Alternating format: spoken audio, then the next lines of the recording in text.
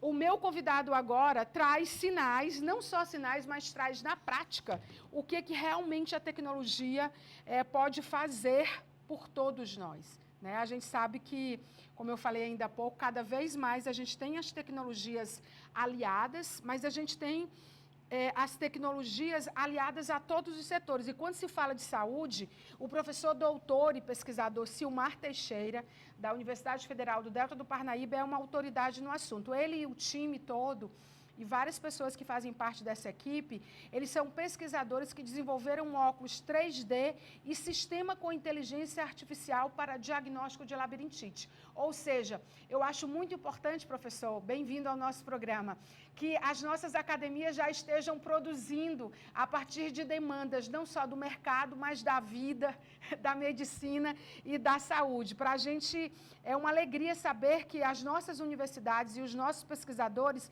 já estão nessa página da história, porque antes tudo que se pesquisava era muito fechado, a gente sabia só quando era publicado, eram muitos protocolos, né? Hoje as academias se abriram, os pesquisadores estão muito mais, entregando muito mais, né? E é muito legal, e eu tenho certeza que você é parte desse time. Você tem um doutorado em saúde mental, um pós-doutorado na Universidade Federal do Rio de Janeiro, atua como professor da Universidade do Delta do Parnaíba, é fundador e coordenador de pesquisa do Laboratório de Neuroinovação Tecnológica e Mapeamento Cerebral dessa universidade. Olha que importante isso, né? Que frente importante. E o professor Silmar, ele atua em pesquisas nos programas de mestrado e doutorado da UFDPA e também da UFP, da Universidade Federal do Piauí, desenvolvendo sistemas de auxílio, diagnóstico e reabilitação. Além dessa análise que eles fazem da utilização de percepção temporal no tratamento de doenças neurológicas. Ou seja, eu estou falando com o cara. Obrigada, professor, pelo seu tempo. Me conta tudo aí, de como começou essa pesquisa, que departamento incrível que você está à frente aí. Eu quero saber tudo. Eu, os nossos telespectadores e internautas. Obrigado, Maia. Boa noite a todos. Isso aí nós começamos com um trabalho há alguns anos, né, nos programas de mestrado e doutorado. E eu vim de outro estado, né, não sou do Piauí, e ao chegar aqui, para minha alegria, né, eu vi assim, o quanto que a população, os alunos daqui, eles são envolvidos e eles querem avançar, né, e têm conhecimento para isso. Então, aí nós, aqui na instituição, na ocasião, criamos o laboratório, e eu sempre quis abrir muito para a multidisciplinaridade, voltado para a tecnologia, né, voltado para a inovação, voltado para novos instrumentos, né, de análise, diagnóstico, que auxilia diagnóstico, né, e também de reabilitação. E aí nós começamos eu comecei a idealizar alguns projetos, e os nossos alunos de mestrado e doutorado, que na verdade, né, eu idealizo e sou o mentor, mas quem faz são os nossos alunos, né? Então tem toda uma equipe aqui, que a gratidão é toda para eles, né, dessa grande criatividade e dedicação deles. E aí estamos cada vez mais trazendo novos projetos aí. Esse do óculos, né, de 3D, para auxílio diagnóstico da vestibulopatia. Labirintite é um termo muito popular, né, utilizado, né, mas da labirintite, foi um trabalho de doutorado de uma aluna, Antônia, né, que com muito esforço nós começamos aqui parcerias também, que nós precisamos de muitas parcerias, nós conseguimos aí trazer com a inteligência artificial, né, no caso, aprendizado de máquina, visão computacional, especialmente, nós conseguimos ter um auxílio diagnóstico. Nós temos um acerto aí de 96%, uma acurácia, né, de 96,7% no diagnóstico da vestibulopatia periférica por inteligência artificial. Isso é muito legal. Isso já está sendo usado no mercado, ele foi feito, ele é um projeto de doutorado da sua aluna Antônia, qual é o sobrenome dela? Antônia de Maria. Antônia de Maria, parabéns pela iniciativa. Ele já está sendo, já existem protótipos, como é que está a relação dele com a área de saúde na prática, professor? Como ele está sendo usado, esse óculos? Nós no momento, nós fizemos, eu vou chamar de primeira etapa, né? Então, nós fizemos alguns testes, estamos aumentando a coleta de dados, tá? Porque 96,7 é uma precisão boa, né? Sim. Mas nós estamos, assim, uma acurácia boa, mas podemos avançar nessa acurácia. Agora nós estamos trabalhando também com algum direcionamento nessa formação de recursos humanos, né, que nós, instituição federal, fazemos, né, que é a formação dos alunos, dos mestrandos, dos doutorandos, direcionando também para startar, né, para formar uma startup, sabe, para dar mais mercado para os alunos, né. Então, agora ela já está, algumas iniciativas do Sebrae aí, que ela já está incluindo o projeto, né, e para a gente ver se consegue colocar esse projeto no mercado e com um custo muito em relação a produtos importados, o nosso custo é assim, ínfimo em relação a esse produto. Vocês tiveram algum aporte em especial de recursos financeiros para estimular essa pesquisa? Porque assim, eu penso que esse óculos de inteligência artificial que ajuda no diagnóstico da labirintite, ele não é o começo de um projeto, ele é um projeto que já existe e que deve ter outras frentes e outras pesquisas também. Eu queria saber o que mais vocês estão pesquisando, se vocês estão conseguindo, no meio dessa crise toda, ter aporte de recursos para investir nessas pesquisas, professor? Não, infelizmente o nosso aporte... Eu sou um pesquisador PQ, né, do CNPq. Então, nesse caso, eu tenho uma verba, uma bolsa, né? Mas é uma bolsa pequena e minha, tá? E que às vezes a gente passa ela para dentro do laboratório, tá? É o único recurso que nós temos ali. O único recurso que nós temos ali são os recursos assim de alunos que têm bolsa de estudo, né? Isso nós temos, tá? Mas recurso específico para pesquisa não. Isso aqui a gente chama assim da caixinha do laboratório, né? É o amor à pátria, amor à pesquisa. Né? A gente tem um dado aqui que você nos ajudou com a produção sobre dor de cabeça no mundo, né? Que, segundo dados da OMS, a Organização Mundial de Saúde, a enxaqueca é a 6ª doença mais incapacitante do mundo. São 30 milhões de pessoas aí, em média, que relatam essas dores intensas, de níveis diferentes, né? E acompanhado de náusea, sensibilidade à luz, ao som. E aí eu queria saber como que vocês se apropriam desses dados no sentido de desenvolver essas ferramentas e essas plataformas tecnológicas. Como é que vocês estão avançados nessa área, né? Dessa estratégia de dados e como que vocês fazem essa captura e, principalmente, como que vocês validam que o que está sendo feito faz sentido para resolver um problema, uma dor, literalmente, das pessoas. No geral, nós trabalhamos com um banco de dados, né? Então, quando a gente vai... vou procurar usar uma terminologia que seja mais... para que todos possam compreender, né? Quando nós vamos utilizar dados para ensinar a máquina, né, nós já informamos para a máquina, olha, isso aqui é uma pessoa que tem esse tipo de problema. De 10% a 30% desse número que eu falei aqui tem problema de labirintite, né? Por isso que eu mencionei esse dado. Justamente, aí ele vai, que a gente chama de supervisionado, né? Então a gente já informa quem tem a labirintite e também nós temos exames, nós fazemos exames, nós coletamos esses dados, nós formamos esse banco de dados de quem não tem, né? Então, o algoritmo, ele vai classificar aquela doença. Ele tem um número de acerto. Se ele acertou, no final a gente testa se ele acertou ou se ele errou. Então, aleatoriamente, eu apresento uma pessoa que já tem um diagnóstico, por exemplo, de labirintite, e ele vai dizer assim, ó, tá certo. Não, esse aqui não tem labirintite. Então, esse número de acerto do algoritmo é que me dá essa acurácia, né? É lógico e essa amostra que comprova que o óculos realmente consegue fazer esse diagnóstico. Como que a inteligência artificial, nesse caso, ela faz o diagnóstico da labirintite? Na verdade,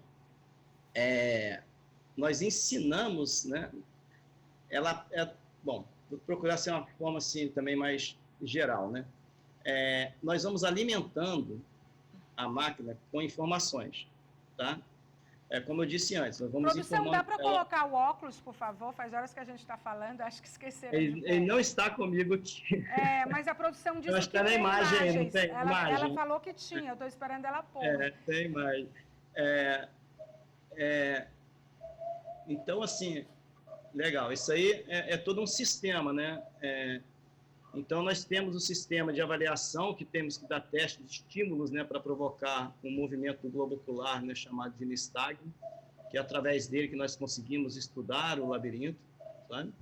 Aí também já tem todo um sistema que faz aquela parte de avaliação do paciente, todos os dados o profissional pode colocar ali no sistema.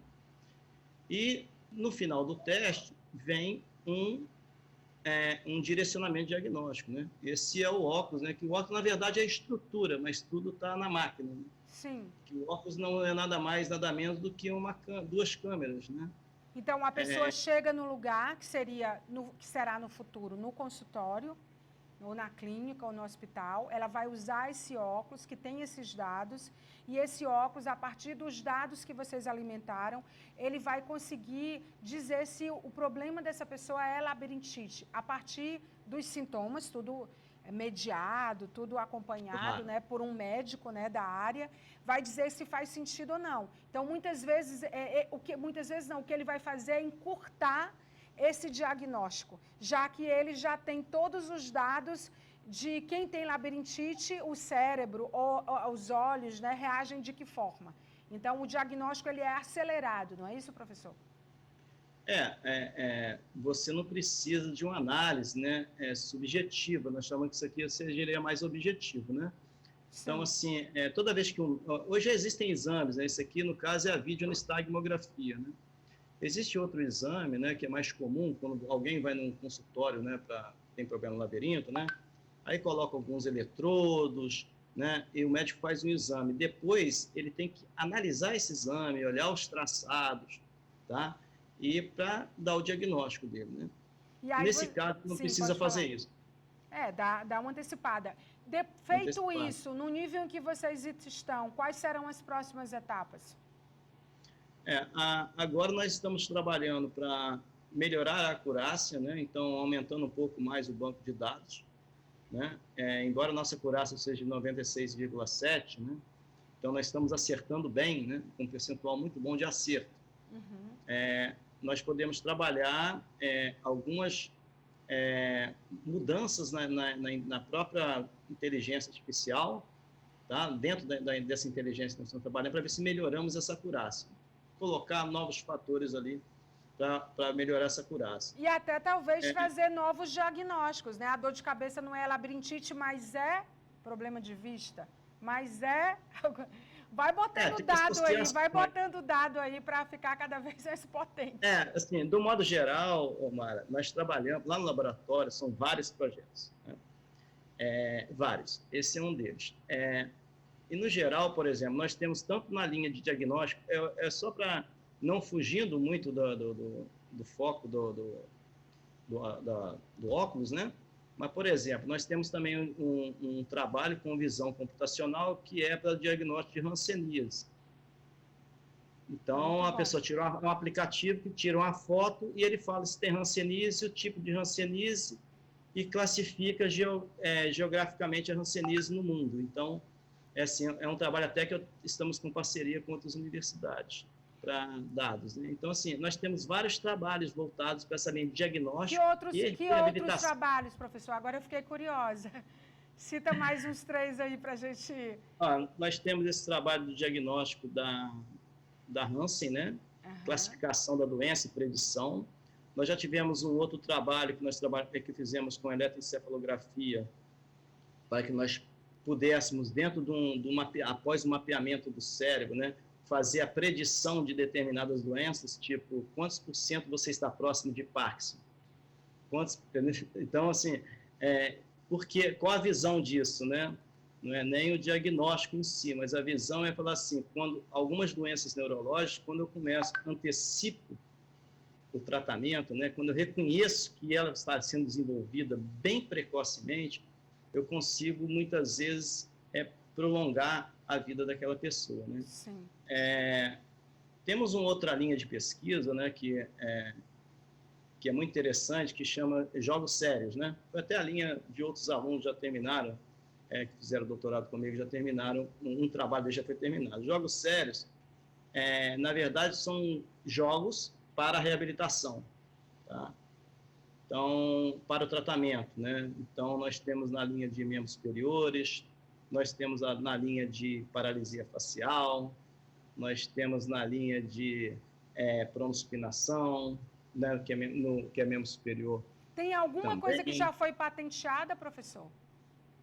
Todos que nós fizemos são registrados já, inclusive o óculos. E já tem algo em produção para chegar ao mercado, desses que você já citou? Não, esse agora é nosso trabalho, né? Tem um outro trabalho de doutorado, né?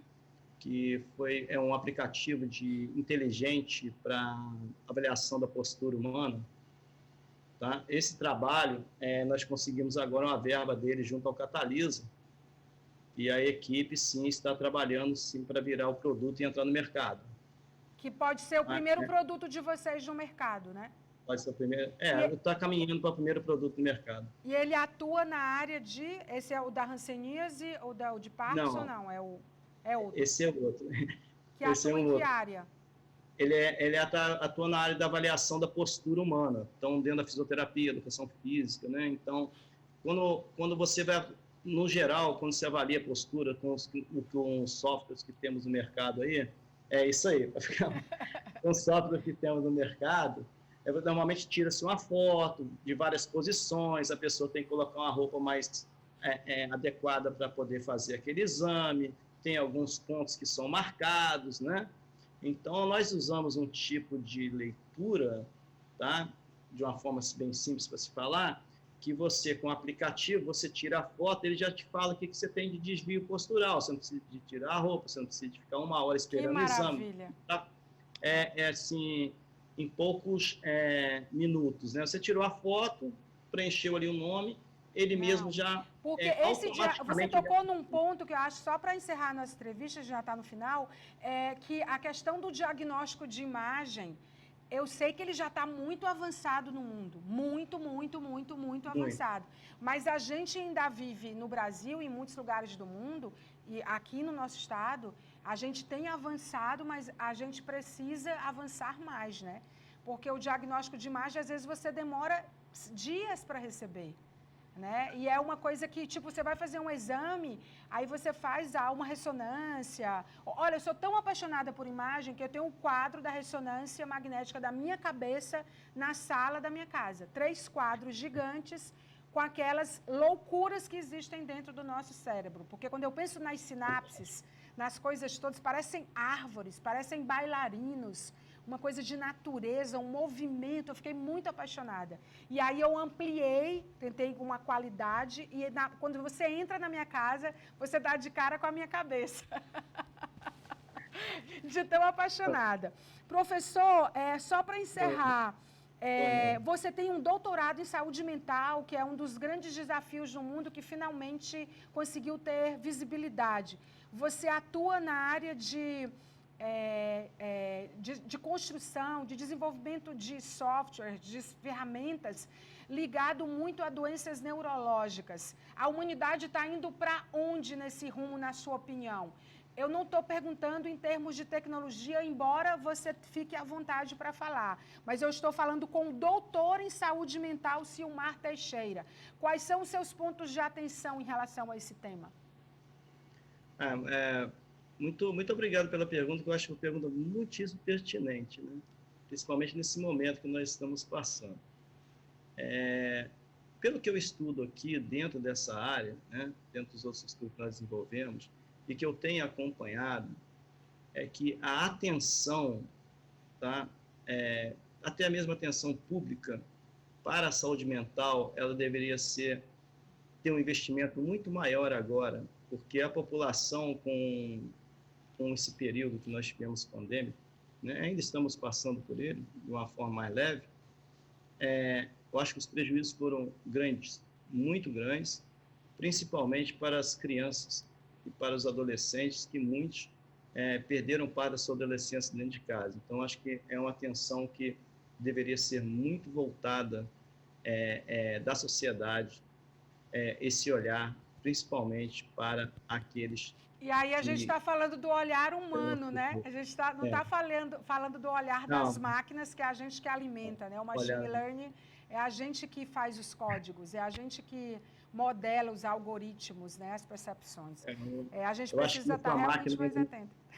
Isso ainda eu acho que a máquina não pode olhar pela gente. Né? Ela nunca vai olhar como a gente olha. Por mais que a gente seja aliado dela ou ela nosso, ela vai sempre depender da nossa percepção humana, que é única. Né? Nós somos a máquina mais com as imperfeições e perfeições que faz a gente ser o que é, único. Né? Então não vai dar para a máquina substituir a gente. E na ressonância a gente vê muita coisa disso. Ai, é loucura a ressonância. Professor, eu vou conversar com você em outras oportunidades. Parabéns por esse trabalho. Obrigado. Eu não sabia que vocês estavam tão avançados. Gente, eu conversei com esse professor maravilhoso, muito preparado, o professor doutor Silmar Teixeira, que está à frente de um departamento de pesquisa no desenvolvimento de software, de plataformas, de tecnologias aliadas à saúde, ligada à neurologia, ligada à saúde mental, ligada a essas doenças neurológicas que são ainda um mistério para a humanidade, para a ciência, né? Que a gente precisa avançar muito, como o Parkinson, que ele citou, e outras doenças que não deu tempo da gente falar, e que a gente tem no estado do Piauí um laboratório dentro de uma academia de uma universidade, que é a Universidade Federal do Delta do Parnaíba, ligada à Universidade Federal do Piauí, que está pesquisando isso e que já está em níveis de colocar algumas coisas no mercado. Isso é para você respeitar a ciência, respeitar os pesquisadores, validar o que está sendo feito, apoiar e ser um ativista de recursos para a pesquisa, onde você estiver, com a voz que você tiver. Porque sem recursos, a gente não consegue aproveitar essas inteligências, como a do professor, da Antônia Maria, e de todos esses alunos que, em nível de doutorado que estão passando pelas nossas universidades. Professor, muito obrigada pela sua participação e dê um abraço apertado no seu time aí, na sua equipe, tá bom?